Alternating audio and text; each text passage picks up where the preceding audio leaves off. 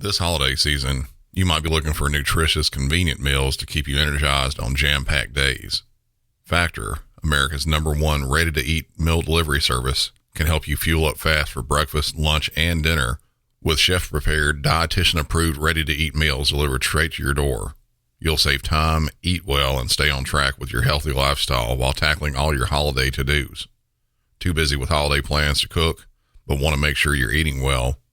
With Factor, skip the extra trip to the grocery store and the chopping, prepping, and cleaning up too, while still getting the flavor and nutritional quality you need. Factor's fresh, never frozen meals are ready in just 2 minutes, so all you have to do is heat and enjoy. When you're too busy running around to plan lunch, Factor has you covered with lunch to go. Effortless, wholesome meals like grain bowls and salad toppers that are ready to eat when you're on the go, no microwave required. Head to factormeals.com/MC911pod50 and use code MC911pod50 to get 50% off. That's code MC911pod50 at factormeals.com/MC911pod50 to get 50% off. With HelloFresh, you get farm-fresh, pre-portioned ingredients and seasonal recipes delivered right to your doorstep. Skip trips to the grocery store and count on HelloFresh to make home cooking easy, fun, and affordable. That's why it's America's #1 meal kit. Whether your resolution is to save money, eat better, or stress less, HelloFresh is here to help you do all three. Say hello to your most delicious year yet with fresh ingredients and chef-crafted recipes at a price you'll like delivered right to your door. So you've resolved to actually sit down and eat dinner around the table, but what do you do about those nights when your schedule is packed? Turn to HelloFresh's lineup of quick and easy meals, including their 15-minute recipes designed to help minimize mealtime stress. Every single meal I've had from HelloFresh has had easy-to-follow instructions, fresh ingredients, and when it's done, I feel like I'm out at my favorite restaurant. Go to HelloFresh.com/MC911free and use code MC911free for free breakfast for life. One breakfast item per box while subscription is active. That's free breakfast for life at HelloFresh.com/MC911free with code MC911free.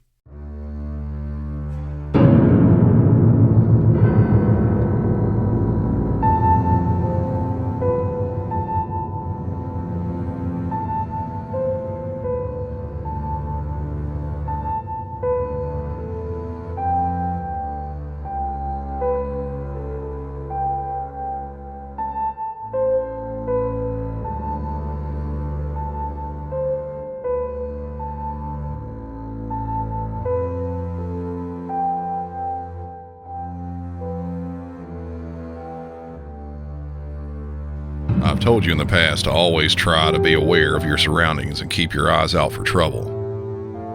Basic situational awareness. But even with that, sometimes even with the best situational awareness, it's not enough. No matter who you are, you can be ambushed, completely set up, then taken advantage of, and possibly hurt, or worse. In this episode, I'm going to talk about an incident where just that exact thing happens. And just like any episode, listener discretion is advised on this one, especially with the call and with the details of what happened.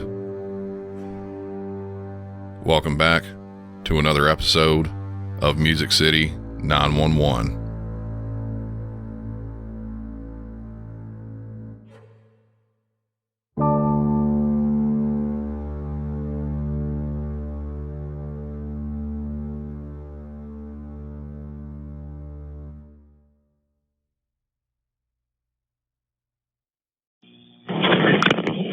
Longmont 911, address of your emergency.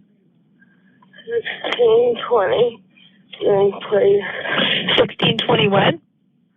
Green, please. I can't understand the street. Green, please. Green place. Green like the color? Yeah. What's the phone number you're calling me from? Okay, tell me what happened. She cut me. Who cut you? Downstairs. I don't know. Okay, hold on. Responded to. Hang on. Hold on. Please. I'm downstairs. Okay, who cut you? This girl I responded to was ready for Jack. What did she cut you with? And I'm pregnant. She got me in my stomach. I'm afraid. She cut you in your stomach? I'm pregnant. What is the suspect's name? I don't remember. What's your name?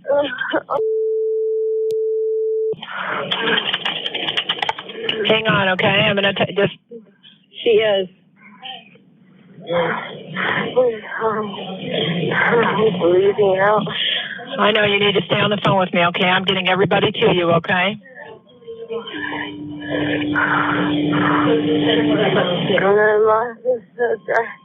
I'm bleeding out. I know, you stay with me, okay? I got everybody coming to help you. You stay on the phone. Don't hang up. 2102, 2121 to 1620 Green Place, 1620 Green Place for a stabbing. That page, Lincoln 13, 1443. I can't understand. What is your name, okay? You're going to stay on the can you grab a towel or anything you can get in your hands and put it on your wound and press? How far along are you? 7 months. 7 months? Okay. Are you alone in the house? No. You stay with me. Don't go to sleep. You stay with me. You're downstairs in the basement? And are you alone? Yeah. Okay. I locked the door. Thank you. Michelle, don't you go to sleep, okay? You stay on the phone with me. Can you tell me, did she have any other weapons besides a knife? She broke a glass. She broke a glass? Did she stab you with the broken glass also? Yeah. Okay. Michelle, you need to think real hard and tell me who it is that did this. Tell me the person's name. Think real hard, okay? Don't go to sleep. Stay with me. Tell me who it is.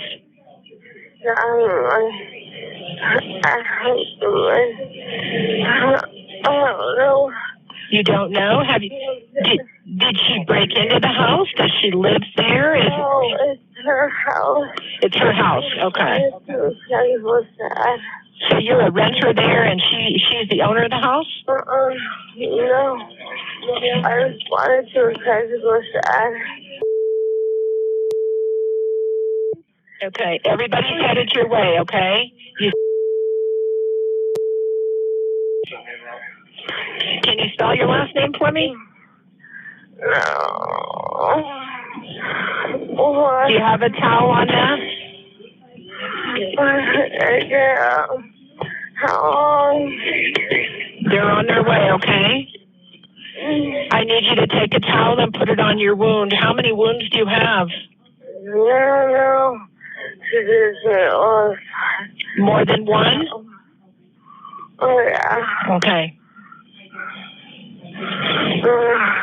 Help. Everybody's on their way, okay?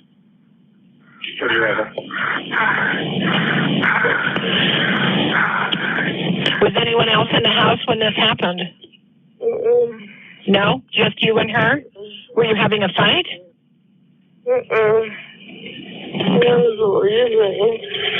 You were just trying to leave?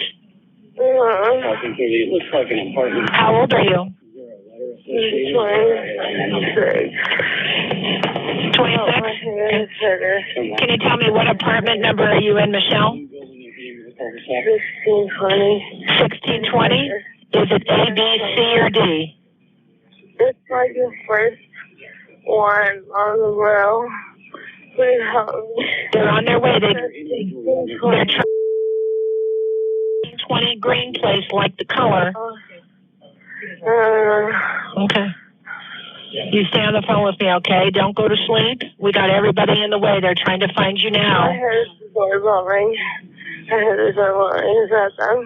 Okay. Are they ringing the doorbell? She cannot get to it.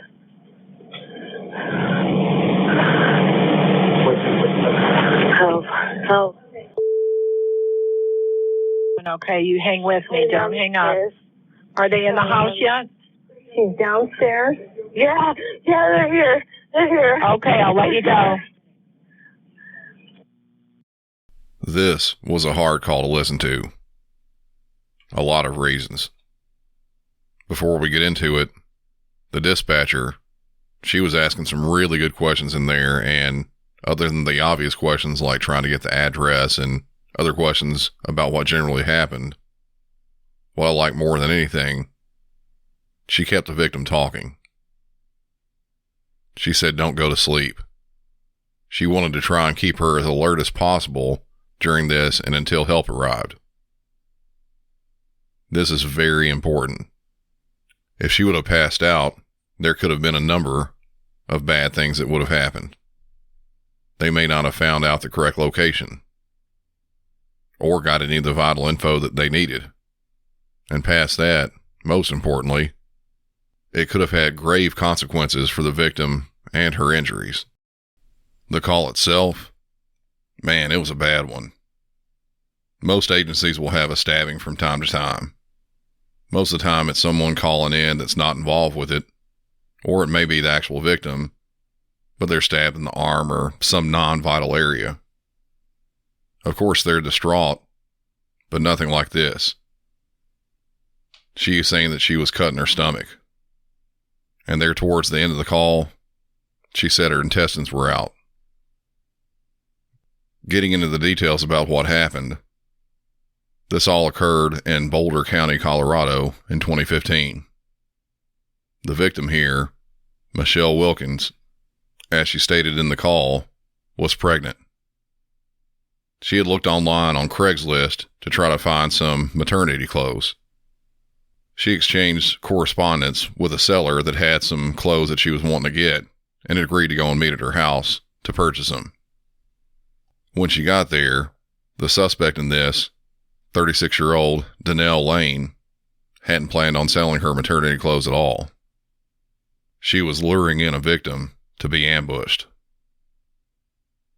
Michelle walked inside the house, and after chatting for around an hour, mostly about the pregnancy, then the conversation shifted to her own problems with family and reproductive issues. Donnell asked if she wanted any baby clothes, since she wouldn't need them anymore. She took Michelle downstairs into a bedroom and then started assaulting her. Michelle was hit in the back several times. She tried to hit her head against the wall. At one point, she was pushed onto a bed and was nearly suffocated with a pillow. Then Donnell grabbed a lava lamp that was nearby and broke it over Michelle's head. It was somewhere around that point that Michelle passed out. She woke to find that she'd been cut in the neck, but worse, had a hip-to-hip laceration in her pelvic area. As I noted before, Michelle on the 911 call said her intestines were out. There was a reason for that. Donnell cut Michelle's abdomen and removed her fetus. If this wasn't bad enough, Donnell took the fetus upstairs to a bathtub where she laid inside of it. Her longtime partner came home and asked what had happened. She was covered in blood. Donnell said she had a miscarriage and it was her baby. This would have been impossible since she had her tubes tied the year before. The baby was already dead. Something I've done in the show a few times in the past, but haven't in a while. I'm going to play some of the audio from inside the courtroom. I think a lot of this is going to shed a little bit more light on it than I can do justice here. The first clip we're going to hear is from one of the responding officers that quickly arrived on the scene. Describe how she appeared to you at that point. She was covered from head to toe in blood. And then the entire room was also blood everywhere. Okay. And could you tell whether Ms. Wilkins was injured? Yes. And was she? Yes, she was. And can you describe the injuries you saw? I had to get closer to her. As soon as I entered the room, I went straight to the side of the bed where she was, and began to ask her what happened and where she was injured. And she pointed to her stomach and said she had been stabbed in her stomach. Did you look at her stomach? I did. She had maternity pants on and a stretchy material. So I pulled them up and looked down and saw a very large injury to her. And can you describe concisely what you saw? I saw her intestines hanging out of her stomach. Okay. Was Ms. Wilkins conscious? She was. And did you talk to her? I did, yes, sir. What did she say? I asked her where else she was injured. What did she tell you? She told me, she pointed to her neck, and I observed an injury roughly in this area of her neck. Was that injury, the injury to her neck, was that bleeding? It was, yes, sir. Bleeding heavily or lightly or how? I guess a medium flow. Blood was constantly coming out of it. Okay. And did she describe any other injuries for you at that point? I don't recall. I just focused on those two. Did she say anything to you about being pregnant? She- What did she say? I asked her, I was trying to figure out what was going on, and I asked her what happened, and she said that she was answering a Craigslist ad and that she didn't live at the residence. So then I said, well, you don't live here. You know, what's your name? She said, my name's Michelle. And I said, well, who did this to you? And she said, Dee, she's the lady of the house. Okay. Did you know who that was? No, I did not. Okay. The next clip I have is of the victim describing what happened. Okay. And did you feel pain? I did, but And there was so much adrenaline also. okay. And when she hit you over the head with a bottle, did you feel pain then? Yes. Okay. And then when in this kind of sequence of events was she trying to choke you? Before, throughout really the whole time, she was trying to choke me. Okay. And at some point, did you pass out? I did after she broke the bottle over my head and stabbed me, and she was trying to choke me. I remember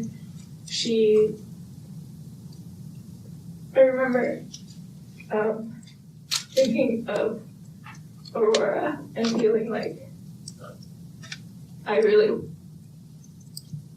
just thought of her and I felt like I wanted to survive also for her. And so I fought back harder, and I remember she got up, she was straddling me before, and she went further up and actually pinned down my arms with her knees. Can I approach those? Yeah. And she pinned down my arms with her legs. Okay. And actually used, I remember she was trying so hard to choke me, and then when she got closer, she just bore down with her whole weight on the heel of her hand over my windpipe. And I just remember everything going black. Okay. Now, did you ever see the defendant with a knife? I didn't. Okay. After everything went black. Tell the jury what you remember next. So I woke up on the floor of the room, and I remember my first instinct was to get up, and I just felt this really intense pain in my stomach. And Ms. Wilkins, do you know how long you had been passed out? No. All right, so you woke up, you're on the floor, you weren't on a bed. Okay. And I tried to move, and I just felt this really intense pain in my stomach. And I looked down and, I just saw this really big cut across my stomach, and I pulled my pants for, high-waisted pregnancy pants. So I pulled them up, and I started looking around the room. Things started coming back about, how she had attacked me. So, I kind of started thinking, maybe she's still in the house. Should I go? I can't outrun her. If I'm in so much pain, I can't outrun her if I go through the front door. And there was a window, and I was kind of putting together an escape plan in my head, should I climb out the window or make a run for it? And the first thing I thought I would do was just block the door. And so I just stood up, and my feet couldn't support me, so I just fell forward and on top of my hand. And when I did that, I just felt the blood seeping through my pants, and I could feel my intestines outside of my body. Okay. And so I could. Is it fair to say you didn't think you could climb out the window? Yes. Did you try to shut the door? I willed myself to stand and stumble towards the door. And,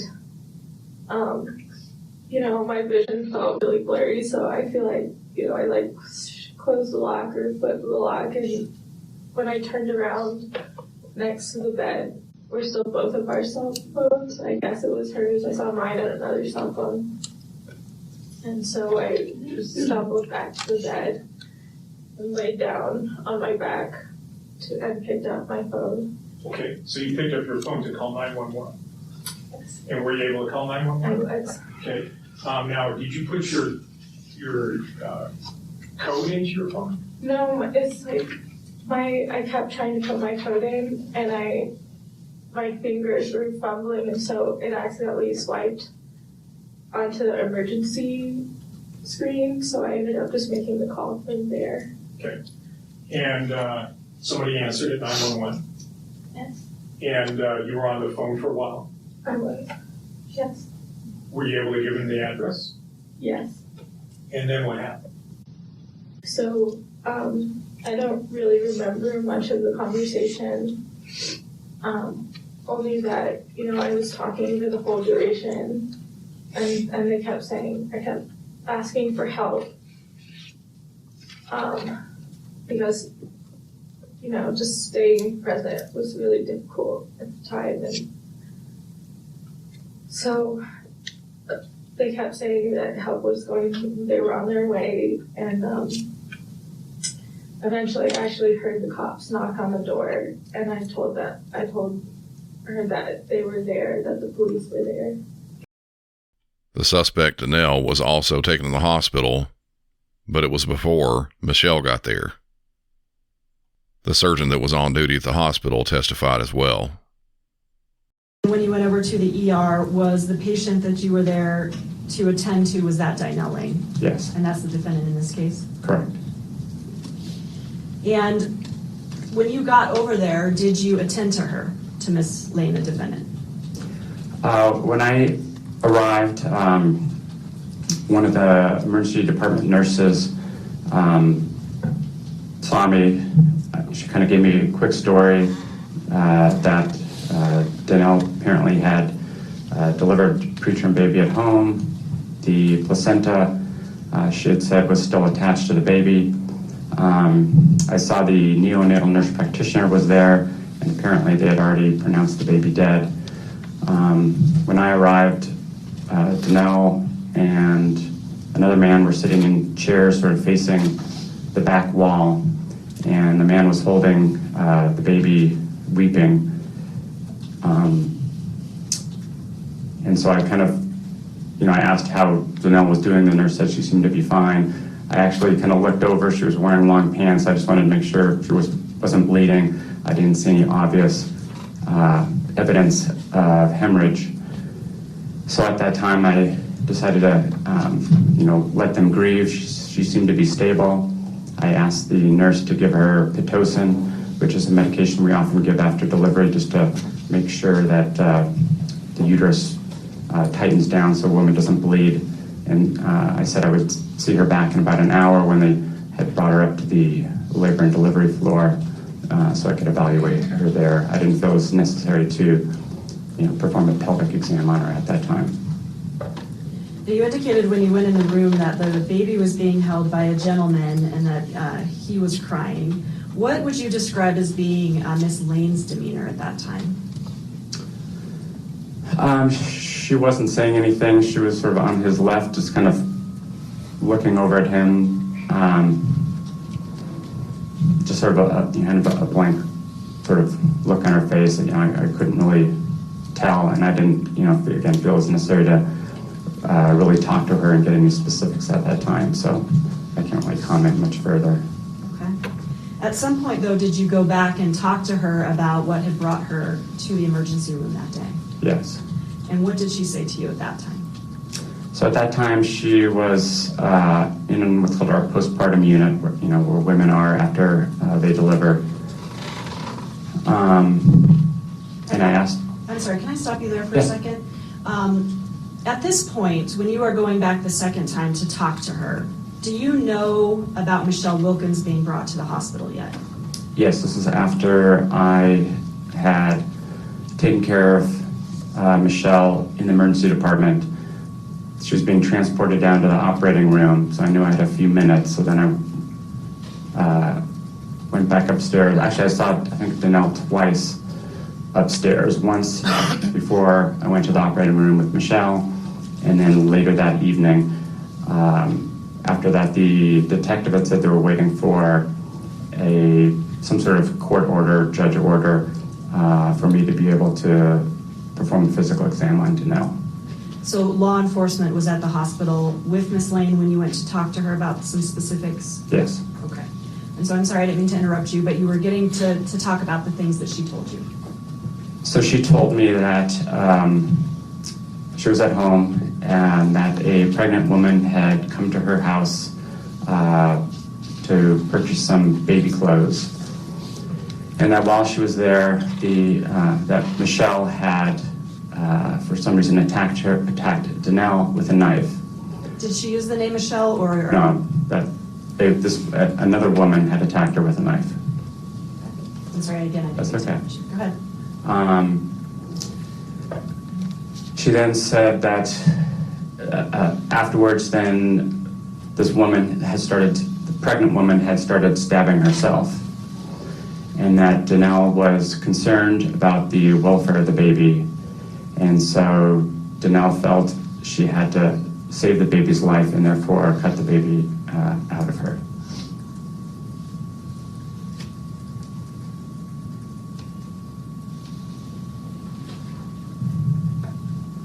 Ultimately, at some point that day or that evening, did you eventually perform any kind of medical examination on the defendant?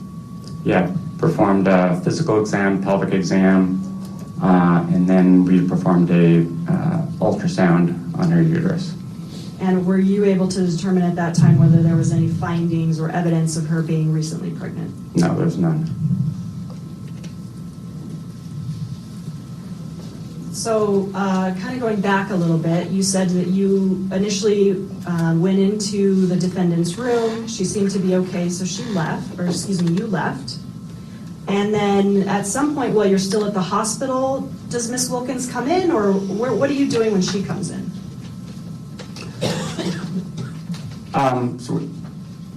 Initially I went to the emergency room when I saw that she appeared to be stable, and that's when they were holding the baby. And I told the nurse I would come back about an hour later when she was upstairs. So then I started walking back across the street to my office. And as I was walking out of the ER, I heard overhead that there was a trauma arriving in 10 minutes. And as I was walking across the street, I thought, gosh, we haven't had an OB trauma in years. It's been quite a while. Just as I got back to the office, the ER called me again and said that there was an obstetrical trauma, that there was a woman who was 7 months pregnant who had been stabbed. And so then I ran back across the street to the ER, and we all waited in the trauma room of the emergency department for the paramedics to bring Michelle to the hospital. And ultimately, is she brought to the hospital? Yeah, so she was, brought in by the paramedics. They were bringing her down the hall, and then as we were sort of moving her over onto the emergency department bed, Michelle was sitting up. She was awake, but very delirious. She couldn't really answer any questions. She had a large laceration across her abdomen. Objection. 403-611. Overruled. May answer the question. So she had a large laceration across her abdomen, and she had her small intestines were out of her abdomen, and she was kind of holding them in her hands. Before the trial was over, Michelle had a statement that she made. I did not learn until the trial just how many opportunities you had to do the right thing and then chose not to. You embraced your narcissistic fantasy to fulfill the lie you created, and it was more important than my right to live and Aurora's right to live. This is a picture of her. But I fervently hope that you use the rest of your time on this earth with meditation and prayer to help you come to terms with what you have done. It is your only chance for healing the hurt that you have caused. Ms. Lane planned this attack and left Ms. Wilkins to bleed out and die. Ms. Lane is to be sentenced to a sentence the court finds, having considered the mitigating circumstances and the aggravating circumstances, that totals 100 years in the Department of Corrections, to be followed by the mandatory periods of parole. During the trial, the suspect, Danelle, said that she didn't want the baby to die too. So she tried to remove the baby so it would be able to live after the victim in this possibly would die. That was never her intent. Police did a search of her computer and found that her browser history showed that she looked up the technique to do a C-section. That was her plan all along. I'm not sure if it was explicitly said, but I believe that her plan was to remove this baby and keep it as her own. The last clip that we have is the judge reading the verdict. Court will now read the verdict forms. Jury verdict count number 1, criminal attempt to commit first-degree murder. We, the jury, find the defendant, Dynell Catrice Lane, guilty of attempt to commit murder in the first degree. We further find, with respect to the verdict questions for this count, as follows. Did Ms. Lane use or possess and threaten the use of a deadly weapon? Yes. Did Ms. Lane cause serious bodily injury or death? Yes. Jury verdict count number 2. Assault in the first degree, throat area by means of hands, a knife, or cutting instrument. We, the jury, find the defendant, Dynell Catrice Lane, guilty of count number 2, assault in the first degree. Jury verdict count number 3, assault in the first degree, abdomen area by means of a knife or cutting instrument. We, the jury, find the defendant, Dynell Catrice Lane, guilty of count number 3, assault in the first degree. Jury verdict count number 4, assault in the second degree, head area by means of a bludgeon. We, the jury, find the defendant, Dynell Catrice Lane, guilty of count number 4, assault in the second degree. Jury verdict count number 5, assault in the second degree, throat area by means of hands. We, the jury, find the defendant, Dynell Catrice Lane, guilty of count number 5, assault in the second degree. Jury verdict count number 6, unlawful termination of a pregnancy in the first degree. We, the jury, find the defendant, Dynell Catrice Lane, guilty of unlawful termination of a pregnancy in the first degree. For the crimes that she committed that day, Dynell was sentenced to 100 years in prison. The victim has recovered physically, but I don't think that she'll ever be able to fully recover mentally. That's going to do it for this episode. As always, follow the show on all social media. Be sure to share the show with everyone you know.